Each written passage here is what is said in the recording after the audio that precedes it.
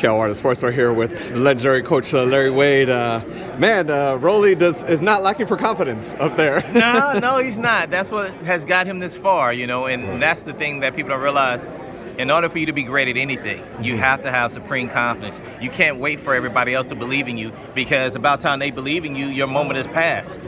You have to have confidence before that moment gets there, and you have to think, act, walk, talk like a champion before you become a champion. He's been talking this way for years, and now here he is, under 15 fights, pay-per-view, maybe one of the highest pay-per-view shows so far. Look like they may sell out Barclays, so he's doing the things he needs to do that's got him to this point. Definitely. There's no denying the numbers, right? Numbers don't lie. Men lie, women lie, numbers don't. Yeah, Lil Wayne. That's right, that's it. He's talking about a first-round KO. Obviously, you as a strength coach, you can't plan for that, right? You have to think beyond that. Well, how is his stamina going down the stretch of 10, 12 rounds? Because he doesn't really go that far. He does knock people out normally. Well, here's the thing. When they came and hired me 2 years ago, Rolly had to jump from 6 rounds to a 12-round fight. Most people have the opportunity to go 6, 8, 10, 12. No one ever talks about that. All they talk about is going from 6 to 12, automatically assuming that he's been prepared. So that's why they brought me in, because they knew that I knew how to get a guy to 12 rounds. That was my first assignment. And if you go watch that first fight that he had for the interim title, he went 12 rounds throwing power punches the entire time. You tell me someone else that can do that. 12 rounds of fully power punches, and he showed that. And I can promise you, Coach Bullen and I have worked really hard on making sure physically and mentally he's ready for this moment. I have no question that he can do it. We've already had multiple sessions of doing 11, 12, 13 rounds, multiple. So I know he can go the distance. That's not my concern. The power, but of course we started out doing pre-camp early. We started in January doing a couple of just strengthening type things to ease into it. That way when camp started, wouldn't have to focus super hard on it. He has covered all the bases. He's as prepared as any fighter I've ever had, if not more prepared. So I'm excited for this opportunity for him. I'm excited. Right. He's a huge lightweight. He posts pictures of him weighing like 175, 180. I want to say a while back it was like 190. That was a long time ago. Is he holding like some weights or something to kind of throw people off, or he's really that big? At that time he was heavier. You're talking about a guy who didn't have a big amateur background and has only had a few pro fights. So he's still learning how to be a true professional in the sport, and he put a lot of time into it. So being able to work with him for the last 2 years, we've been able to help him evolve into more of a professional in the sport, and I'm proud of it.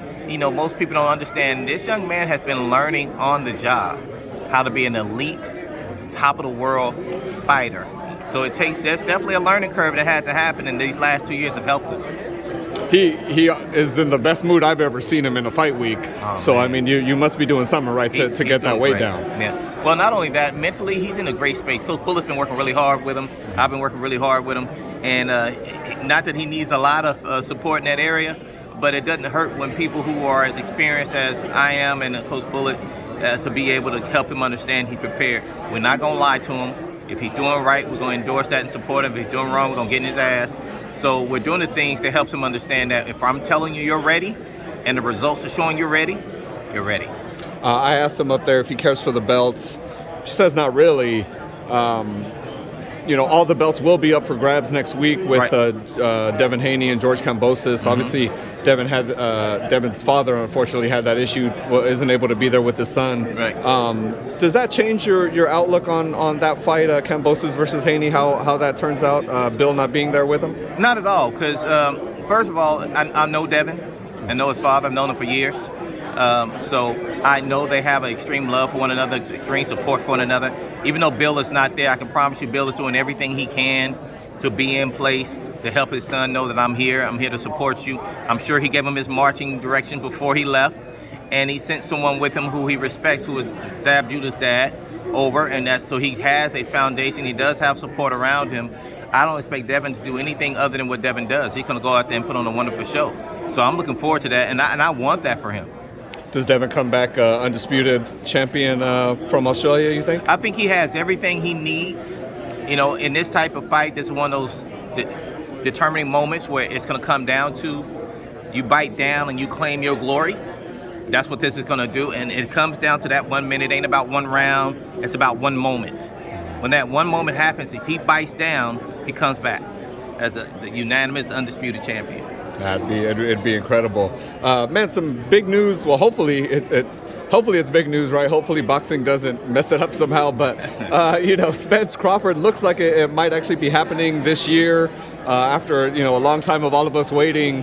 About time. Those guys, is that just kind of splitting hairs with those guys as far as who, going into it, who your pick would be? Hey, listen, I believe both of those fighters are amazing fighters. I think Spence may have more force and less speed, and I think Crawford's the opposite. I think Crawford has less force and more speed. Both of those equate to power. Force times speed equals power, so they both bring an equal amount of power. It's going to come down to the chess match, them being able to sort out each other's style and be creative in that. I think that's really what it can boil down to. This is a 50-50 fight to me. But I really do believe it comes down to that. Me training Sean Porter, and Sean Porter have fought both. He seems to believe that, Crawford's going to do the job or get the job done. At least I believe that's what I heard. And if that's the case, then I probably would have to go with his experience because he's been in the ring with both. But from someone looking on the outside looking in, this is a 50-50 fight to me. What aspect of each of their games does the other have to pay attention to most, you think? What Bud's going to have to do is not put himself in a space while he's trying to just stand in the pocket with him and just exchange. Now that gives Spence an opportunity to hit him with some heavy heat. And what Spence is going to have to do, he's going to have to make sure he can keep up with Bud's movement and agility because he's very good at angles. He's going to have to figure that out early and pull himself out of harm's way. I think that's going to be key. If he stays in the pocket and tries to catch him on the turn, he's going to get caught with a lot of stuff. But if he finds himself losing on that momentum, step out of that position so he doesn't get touched. Don't try to worry about keeping up with him because the guy is fantastic.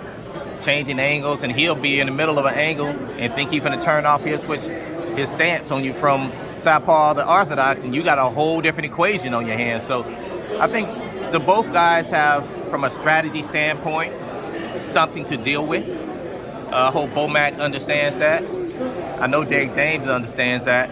So I think they're going to both come down to whose coach is going to be able to do what and which fighter is going to listen the most and make the adjustments.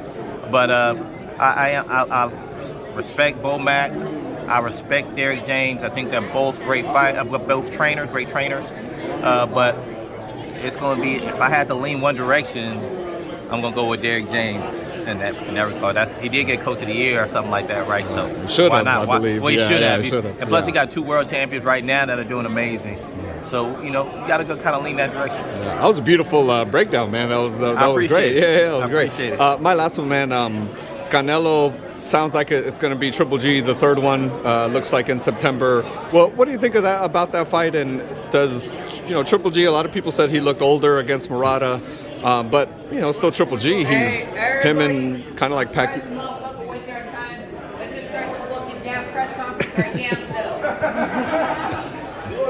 That is my fighter who is crazy, but I love him to death. But here's the thing: best decision that Canelo could have made. Don't jump back in there with people. I told people it's not as easy as people think. At first, you got to deal with the weight difference. It's a big difference. Yeah. Coach, appreciate your time, man. Tell the fans where they can follow you. Hey, you can follow me at Coach Larry Wade at every platform. Thank you, guys. Thank you so much, sir.